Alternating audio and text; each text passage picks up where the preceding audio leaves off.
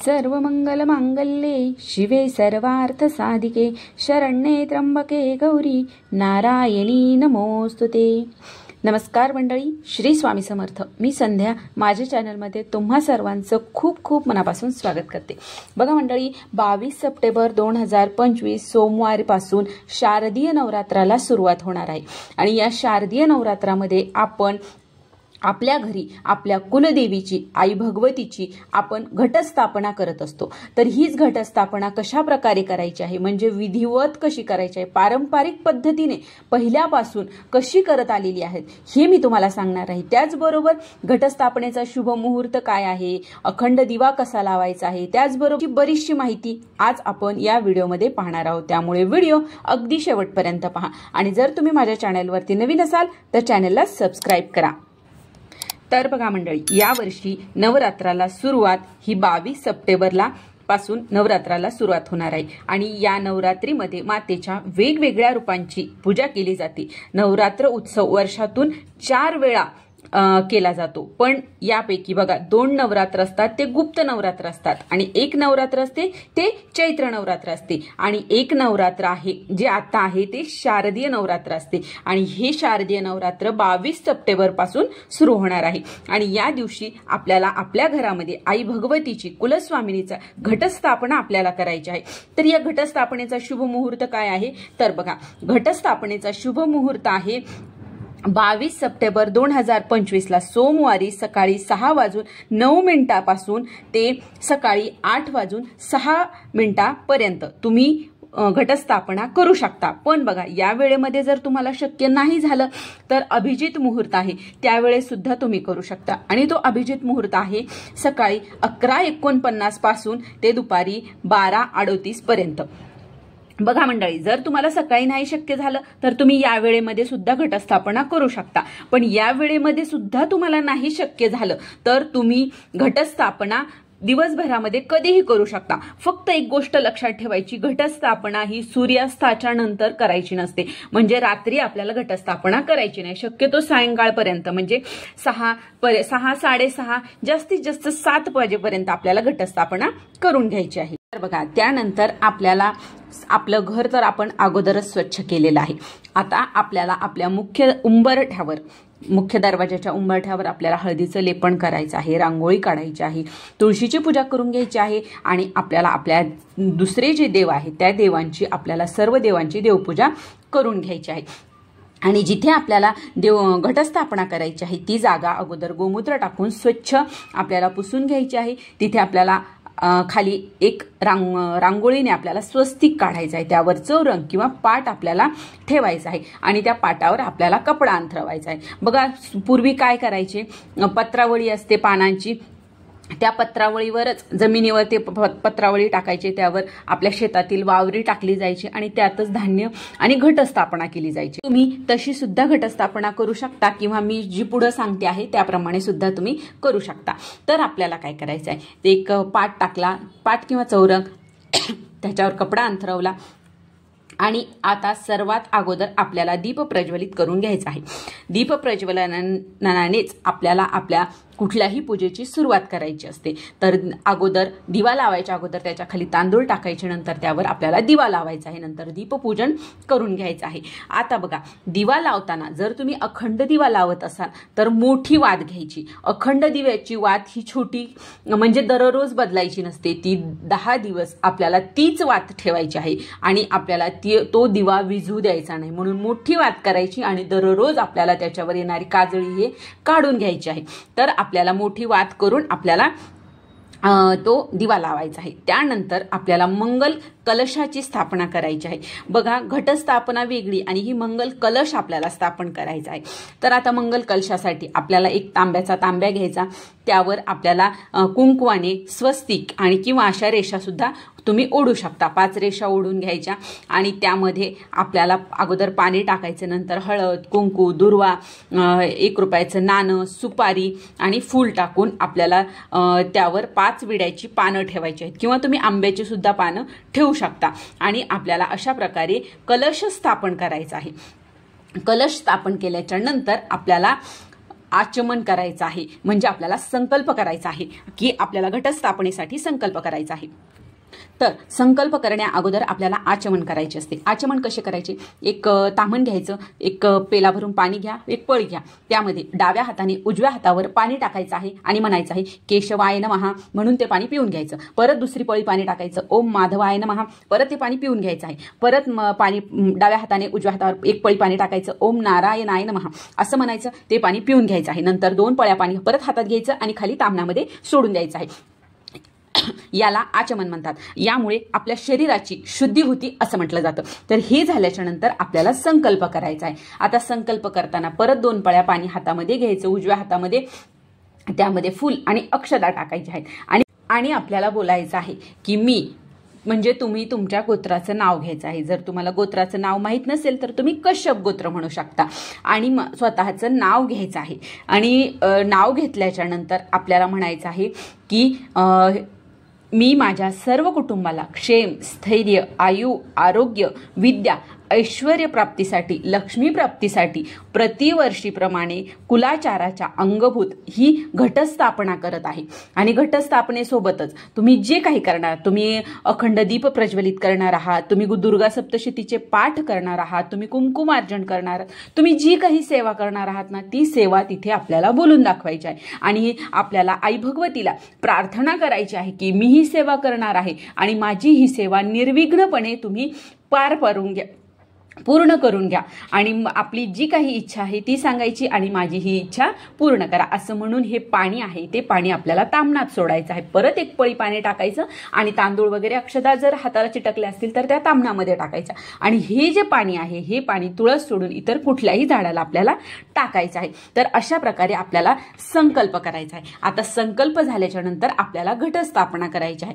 तर बघा, कुठलीही पूजा करताना सर्वात अगोदर आपल्याला गणपतीचे पूजन करायचे असते. तर आपल्याला गणपतीची पूजा करायची आहे. तर बघा, जर तुमच्याकडे गणपती बाप्पाची मूर्ती तुम्ही इथे ठेवू शकता किंवा सुपारी सुद्धा ठेवू शकता.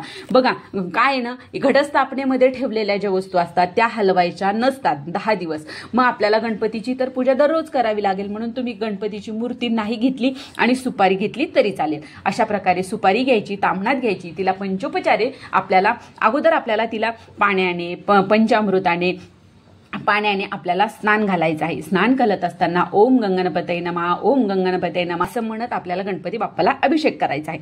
अभिषेक झाल्याच्या नंतर ती सुपारी आपल्याला उचलून घ्यायची आहे. विड्याच्या जोड पानावर अक्षदा टाकून त्यावर तिथे ती ठेवायची. त्याला हळद, कुंकू, अक्षदा, अष्टगंध व्हायचा आहे, फूल व्हायचं आहे, वस्त्रमाळा अर्पण करायची आहे आणि गुळ खोबऱ्याचा नैवेद्य दाखवायचा आहे. अशी आपली गणपतीची स्थापना झाली. त्यानंतर आपल्याला देवी आईची स्थापना करायची आहे. तर बघा, जर तुमच्याकडे टाक असेल तर तुम्ही टाकावर सेम याच प्रकारे पूजा करायची आहे. आणि जर टाक नसेल तुमच्याकडे तर तुम्ही देवीची, आपल्या कुलस्वामिनीची, कुलदेवीची जी मूर्ती असेल तर मूर्ती घेऊ शकता किंवा फोटो असेल तर फोटो सुद्धा ठेवू शकता. फक्त फोटोवर आपल्याला अभिषेक करता येणार नाही, तर फोटोला नुसतं आपल्याला पुसून वगैरे घ्यायचं आहे. तर जर मूर्ती असेल, टाक असेल तर असा ताम्हणामध्ये घ्या, पाण्याने, पंचामृताने, पाण्याने अगोदर अभिषेक करा. अभिषेक करत असताना तुम्ही श्री सुक्ताचं पठण करायचं आहे 16 वेळेस. जर नाही शक्य झालं तर ओम ऐं ह्रीं क्लीम चामुंडाय विच्चे हा मंत्र म्हणत सुद्धा तुम्ही देवीवर अभिषेक करू शकता.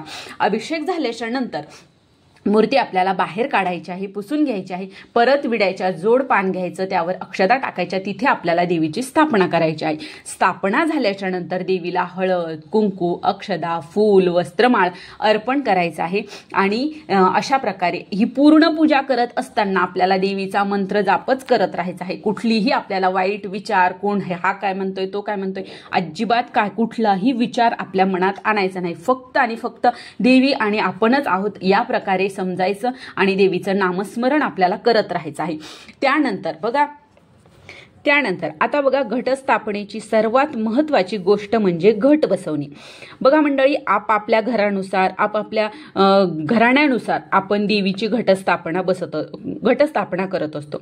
पण त्यासाठी असाच एक आपल्याला घट लागत असतो, जो घेऊन वरतीपर्यंत रेषा ओढून घ्यायच्या आहेत आणि बऱ्याच ठिकाणी याला धागा गुंडाळला जातो, काही ठिकाणी धागा गुंडाळला जात नाही. तुमच्याकडे जसं असेल तुम्ही त्याप्रमाणे करू शकता. तर बघा, आता आपल्याला घटस्थापनेसाठी तर ती टोपली आपल्याला घ्यायची आहे. यामध्ये आपल्याला आपल्या शेतातील वावरी टाकायची आहे. वावरी म्हणजे माती असते, ज्याला वावरी म्हटलं जातं. तर अशी वावरी आपल्याला टाकायची आहे.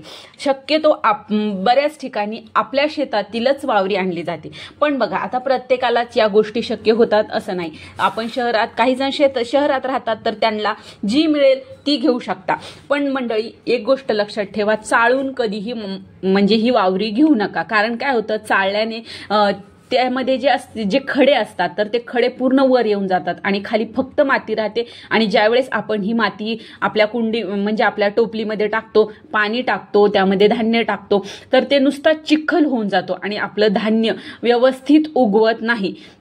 आणि आपल्या मनामध्ये काही पण विचार येऊन जातात की माझं धान्य ह्यावेळेस चांगलंच उगलं नाही, मग काही वाईट होईल का, असं होईल. तर त्यामुळे एक गोष्ट लक्षात ठेवा, वावरी घेताना शक्यतो ती कोरडी घ्या. आणि त्यानंतर आता आपल्याला ह्या टोपलीमध्ये ही माती टाकायची आहे. माती टाकल्यानंतर मधो एक असा खड्डा करायचा आहे. आणि खड्डा केल्यानंतर आपल्याला त्यामध्ये आपण जो मातीचा घट आणलेला आहे तो घट त्यामध्ये टाकायचा आहे. काय होतं ना, आपण जर सपाटीला माती ठेवली आणि त्यावरच घट ठेवला तर तो लुंडकाईची शक्यता असते.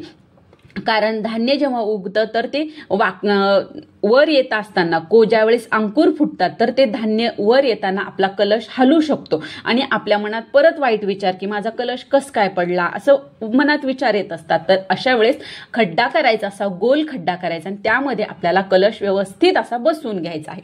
कलश बसल्याच्या नंतर आपल्याला यामध्ये सप्तधान्याचं आपल्याला पेरायचे आहेत. आता सप्तधान्य टाकताना तुम्ही तुमच्या घरामध्ये जी कुठली धान्य असतात ती धान्य टाकायची आहेत. बघा, आमच्याकडे आता आम्ही खेड्यात राहतो तर खेड्यामध्ये म्हणजे शेजारी पाजारी आपल्याकडे जर धान्य नसेल तर शेजाऱ्याकडून हे त्यांना देतात, त्यांच्याकडे जे असेल ते आपल्याला घेतात. अशा प्रकारे आम्ही करतो.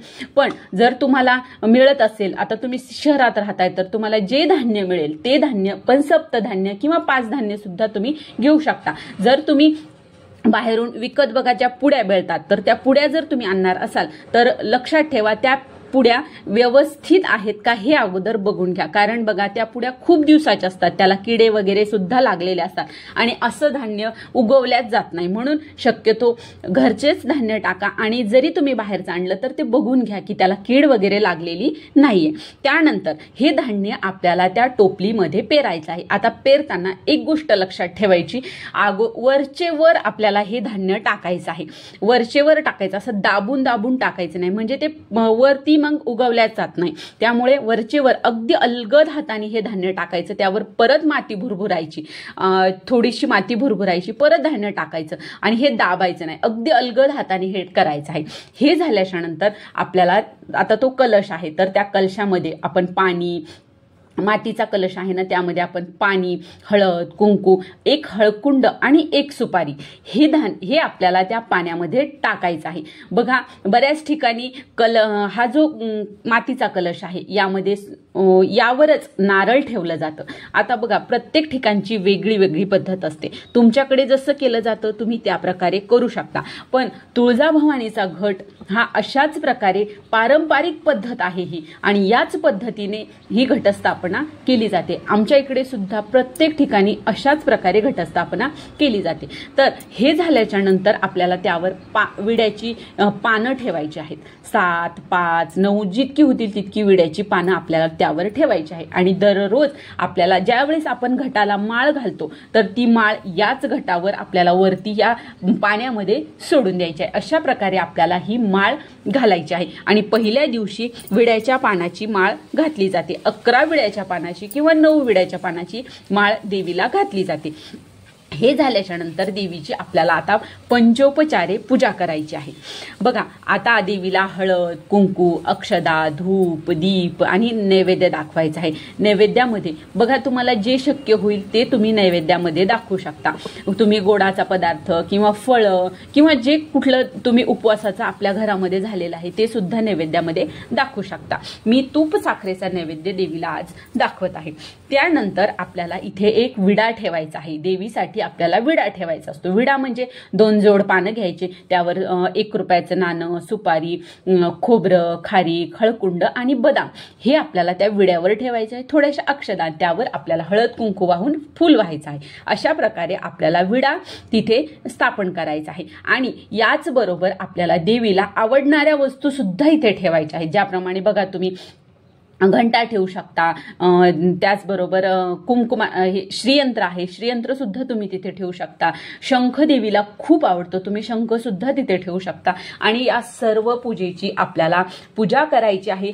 ही घटस्थापना झाल्याच्या नंतर आपल्याला तिथे आरती करायची आहे. आरती करताना अगोदर गणपतीची, नंतर देवीची, दुर्गे दुर्गट भारी तुझविन संसारी ही आरती करायची आहे. आणि त्यानंतर तुमच्या कुलदेवीची जी कुठली आरती आहे ना, ती आरती आपल्याला इथे बोलायची आहे, म्हणायची आहे. आरती झाल्याच्या नंतर कापूर आरती करायची. आणि बघा, जर तुम्हाला तुमच्या कुलदेवीची आरती माहीत नसेल तर तुम्ही फक्त दुर्गे दुर्गट भारी जरी म्हटलात तरीही चालेल.